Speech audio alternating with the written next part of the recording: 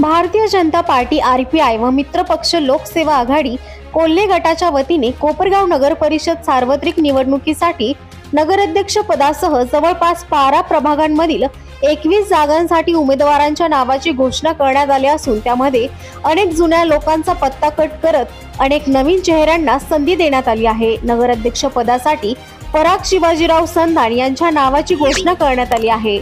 मंगळवारी संध्याकाळी कलश मंगल कार्यालय येथे झालेल्या कार्यक्रमात ही घोषणा करण्यात आली। यावेळी माजी आमदार स्नेहलता कोल्हे अध्यक्षस्थानी होत्या।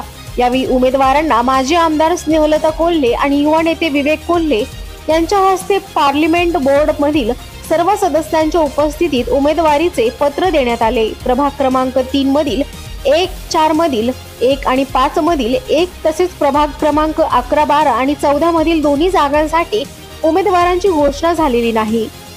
जाहीर झालेले उमेदवार पुढील प्रमाणे: प्रभाग क्रमांक 1 मध्ये दीपा वैभव गिरमे ओबीसी, वैभव सुधाकर आढाव ओपन। प्रभाग क्रमांक 2 मध्ये राहुल उत्तमराव खरात एससी, स्वाती दीपक जपे ओपन। प्रभाग क्रमांक 3 मध्ये जनार्दन सुधाकर कदम ओपन। प्रभाग क्रमांक 4 मध्ये दीपाली संजय उदावंत ओबीसी। प्रभाग क्रमांक 5 मध्ये वैशाली विजयराव वाजे ओपन। प्रभाग क्रमांक 6 मध्ये पद्मावती योगेश बागुल ओबीसी, विक्रमादित्य संजय सातभाई ओपन। प्रभाग क्रमांक 7 मध्ये प्रसाद बाळासाहेब आढाव ओबीसी, सोनल अमोल अजमेरे ओपन। प्रभाग क्रमांक 8 मध्ये मनीषा दत्तात्रय पगारे एससी, फरीदीन अल्ताफ कुरेशी ओबीसी। प्रभाग क्रमांक 9 मध्ये जितेंद्र चंद्रकांत रणशूर एससी, विजय संदीप देवकर ओपन। प्रभाग क्रमांक 13 मध्ये स्वप्नील दिलीप मंजूर, निलोफर फिरोज पठाण ओपन।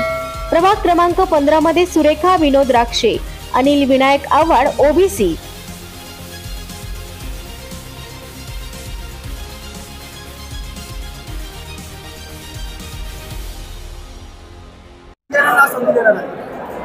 निश्चितपणाने एक परिवर्तनाची लाट संबंध कोपरगाव शहरामध्ये त्या ठिकाणी उफळलेली आहे आणि म्हणून अनेकांची मागणी होती की त्या ठिकाणी चांगल्या प्रतिमाचे आणि चांगले युवक किंवा नवीन चेहरे दिले पाहिजे। त्या अनुषंगाने आपण पार्लिमेंटरी बोर्डाने त्या ठिकाणी आज 30 पैकी 21 जागा जाहीर केलेल्या आहेत।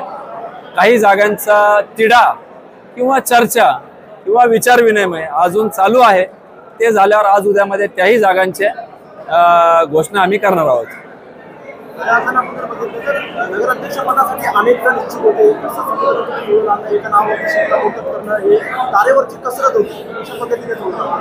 नाही, जरी तारेवरची कसरत असली तरी सगळे नगर अध्यक्षासाठी जे जे काही इंटरव्ह्यू आमच्याकडे देऊन गेले होते त्या सगळ्यांनी एकमताने सांगितलं होतं की या ठिकाणी परिवर्तन करण्याच्या दृष्टिकोनातून महत्त्वाचं आहे आणि त्यासाठी शहर विकासासाठी भ्रष्टाचार मुक्त कारभारासाठी आपल्याला या ठिकाणी आम्हापैकी कोणालाही दिलं तरी आमची काही त्या ठिकाणी म्हणणं नाही।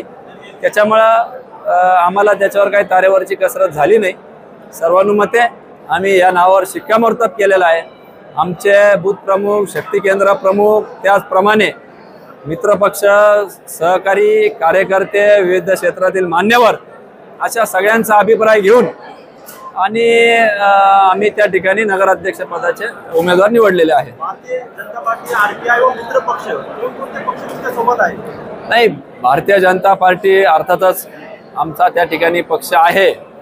आरपीआय व लोकसेवा आघाडीचे काही शहर विकासासाठी पुढे आलेले सहकारी यांना आम्ही आमच्याबरोबर घेऊन त्या ठिकाणी एक सक्षम पर्याय नगरपालिकेत देऊ इच्छितो।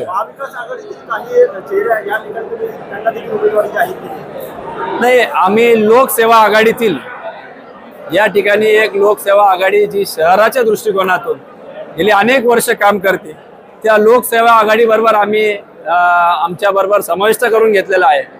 त्या लोकसेवा आघाडीच्या माध्यमातून काही चेहरे आले असतील परंतु आमची युती ही लोकसेवा आघाडी बरोबर झालेली आहे। आरपीआय, भारतीय जनता पार्टी आणि लोकसेवा आघाडी असा हा आमचा एकत्रित येऊन आम्ही हा सक्षम पर्याय देण्याचा प्रयत्न केलेला आहे।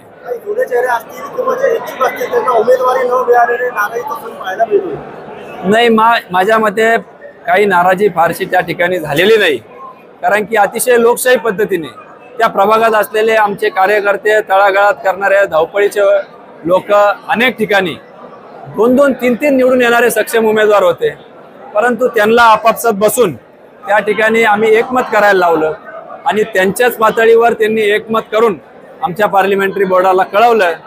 अर्थात एखाद दोन या ठिकाणी 1-2 गोष्टी घडल्या असतील तर त्यांची समजूत देखील येत्या कालखंडामध्ये आम्ही काढू याची आम्हाला खात्री आहे, कारण की प्रत्येकाचा हेतू एकच आहे की या ठिकाणी शहरामध्ये एक सक्षम, कार्यक्षम त्या ठिकाणी प्रशासन आणि भ्रष्टाचार मुक्त कारभार झाला पाहिजे, हेच सगळ्यांचा हेतू आहे। अजूनही 9 जागांवरती उमेदवार जाहीर केलेले नाही। ते आज किंवा उद्या सकाळपर्यंत त्या ठिकाणचा मतभेद, काही ठिकाणी कोणाची स्त्री टाकायची, कोणाचा पुरुष टाकायचा, किंवा समोरच्या उमेदवाराचं आव्हान घ्यायचं, किंवा अजूनही आमच्या मित्र पक्ष एकनाथ शिंदे गट, शिवसेना यांच्याबरोबर आमची काही प्रमाणात जर यायची तयारी त्यांची असेल तर त्याकरता आम्ही काही प्रभाग त्या ठिकाणी मागं ठेवलेले आहे।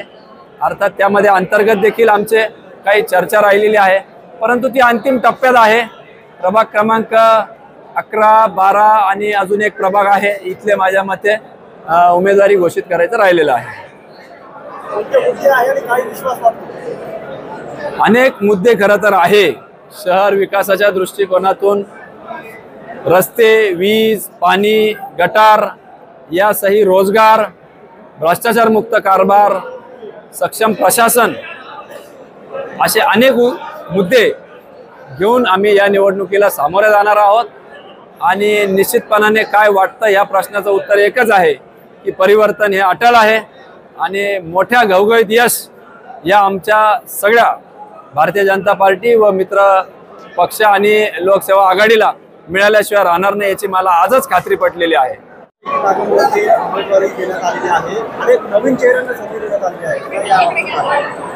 भारतीय जनता पार्टी, RPI आणि मित्र पक्ष असं सगळ्यांचं मिळून सगळ्या जाती धर्माला, समाजाला विश्वासात घेऊन आपण ज्या ज्या प्रभागामध्ये एक सामंजस्याने उमेदवार ठरवला त्या प्रभागांचं आज उमेदवार डिक्लेअर केलेले आहेत। कारण कालावधी थोडा असल्यामुळं उमेदवारी लवकर जाहीर करून उमेदवाराला जनतेशी, मतदाराशी संपर्क साधण्यासाठी अवधी मिळायला हवा, वेळ मिळायला हवा, म्हणून आज हा निर्णय आम्ही घेतलेला आहे।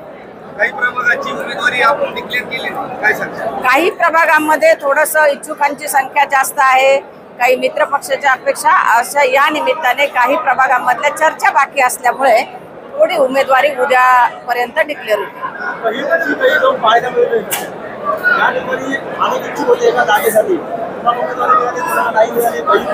8-9 वर्षानंतर जवळजवळ नगरपालिकेचे इलेक्शन लागलेले आहेत आणि इच्छुकांची संख्या थोडी जास्त आहे, त्यामुळे निश्चितच थोडं कभी खुशी कभी काही ठिकाणी गम असं होऊ शकतं, पण तरी सुद्धा होता होईल तो इच्छुक जे होते उमेदवार त्यांनी सुद्धा मोठ्या मनाने माघार घेऊन एकमताने सगळ्यांनी उमेदवार ठरवलेला आहे आणि मग ज्या प्रभागामध्ये अशा पद्धतीने उमेदवारी मिळाली तिथली उमेदवारी आपण डिक्लेअर